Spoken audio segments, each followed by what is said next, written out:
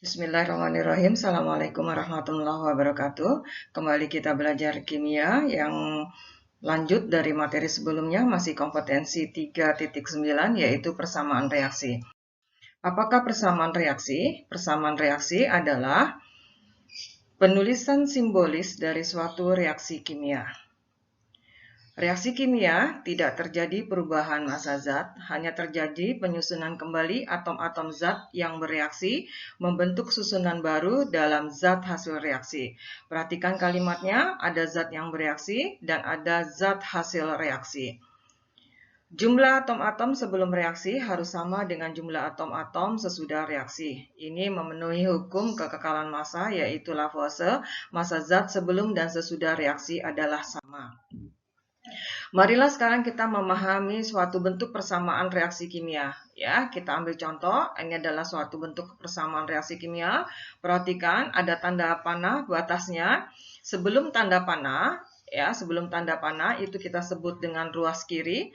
Ruas kiri itu biasa disebut dengan pereaksi atau reaktan. Dalam hal ini adalah NaOH dan HCl. Kemudian persamaan reaksi dibatasi oleh tanda panah. Nah, tanda panah ini tidak boleh diganti dengan lambang-lambang yang lain. Misalkan titik 2 sama dengan atau tanda yang lain. Harus tanda panah, tidak boleh diganti-ganti. Nah, setelah tanda panah itu kita sebut dengan ruas kanan. Hasil reaksi atau disebut dengan produk, ya. Dalam hal ini NaCl dan H2O, ya. Jadi ada ruas kiri kita sebut pereaksi atau reaktan. Kemudian dibatasi dengan tanda panah. Tanda panah tidak boleh diganti dengan lambang yang lain. Kemudian setelah tanda panah itu adalah ruas kanan, kita sebut dengan hasil reaksi atau produk, ya. Jadi kalau ditanya pada persamaan reaksi ini, apakah pereaksinya? Pereaksinya adalah NaOH dan HCl. Kemudian, apakah produknya atau hasil reaksinya? Yaitu NaCl dan H2O. Kalian perhatikan di dalam satu persamaan reaksi pasti dituliskan lambang-lambang wujud dari bahan kimia, ya. Wujud dari bahan kimia itu ditulis dalam tanda kurung dengan huruf kecil. Misalkan S, ya, dalam tanda kurung S huruf kecil itu berarti wujudnya padat atau solid. Kemudian jika bahan kimianya itu diberi wujud lambang L huruf kecil, maka itu adalah cairan, lelehan atau leburan atau liquid. Ya, kemudian ada aki. Ini semua lambangnya aki dalam persamaan ini. Ini artinya dalam bentuk larutan. Ya, larutan berarti zat atau bahan kimia itu sudah dilarutkan dengan air atau pelarut lainnya. Kemudian ada lambang G, dalam kurung G dengan huruf G kecil, itu berarti berwujud gas. Ya, jadi dalam satu persamaan reaksi kimia, sekali lagi diingatkan, harus menggunakan tanda panah dan harus menuliskan wujud dari bahan kimia tersebut. Ya. Sekarang kita akan mempelajari bagaimanakah cara menuliskan persamaan suatu reaksi kimia. Ya, Ibu akan memberikan contoh. Di sini ada padatan natrium direaksikan dengan air menghasilkan larutan natrium hidroksida dan gas hidrogen. Silakan kalian menuliskan bentuk persamaan reaksinya. Kita lihat yang pertama di situ ada padatan natrium. Natrium itu adalah lambangnya Na. Ya, karena dia padatan, kamu tuliskan wujudnya dalam tanda kurung, yaitu NaS.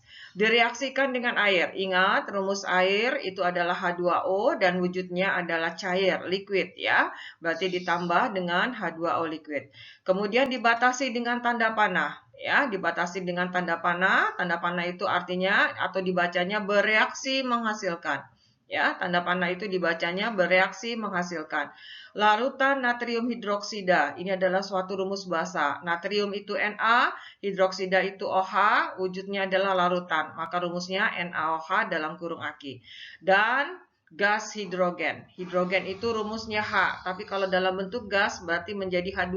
Karena hidrogen itu adalah molekul diatomik, ya. Jadi ditambah H2 dalam wujud gas. Ya, nah perlu Ibu sampaikan bahwa persamaan reaksi yang kita tuliskan ini baru rumus-rumusnya saja, ya. Jadi ini belum setara. Nanti di materi berikutnya kita akan menghitung bagaimana menyetarakan persamaan reaksi kimia. Menyetarakan persamaan reaksi kimia harus menghitung jumlah atom-atomnya. Nah, cara menghitung jumlah atom dan cara menyetarakannya nanti di materi minggu depan, ya.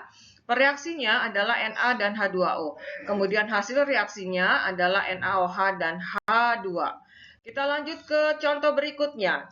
Ya, kita ambil contoh serbuk kalsium karbonat. Serbuk kalsium karbonat. Ingat itu rumus garam. Kalsium itu Ca, karbonat itu CO3, 2-. Maka rumusnya menjadi CaCO3 karena serbuk wujudnya padat direaksikan dengan larutan asam klorida. Asam klorida HCl dalam bentuk aki bereaksi menghasilkan larutan kalsium klorida. CaCl2, kalsium klorida dalam bentuk larutan, kemudian ada air dan ada gas karbon dioksida. Ya, rumus gas karbon dioksida adalah CO2. Nah, ini kita tulis juga reaksinya belum setara. Kita tentukan reaksinya adalah CaCO3 dan HCl. Kemudian hasil reaksinya ada 3, yaitu CaCl2, H2O, dan CO2. Selanjutnya, kalian nanti akan berlatih menuliskan persamaan reaksi kimia. Silakan kalian masuk ke dalam Google Classroom untuk mempelajari latihan menuliskan persamaan reaksi kimia. Selamat berlatih. Ingat selalu menjaga kesehatan, menjaga jarak, menggunakan masker, dan menggunakan sabun sebelum mencuci tangan di air yang mengalir. Terima kasih. Assalamualaikum warahmatullahi wabarakatuh.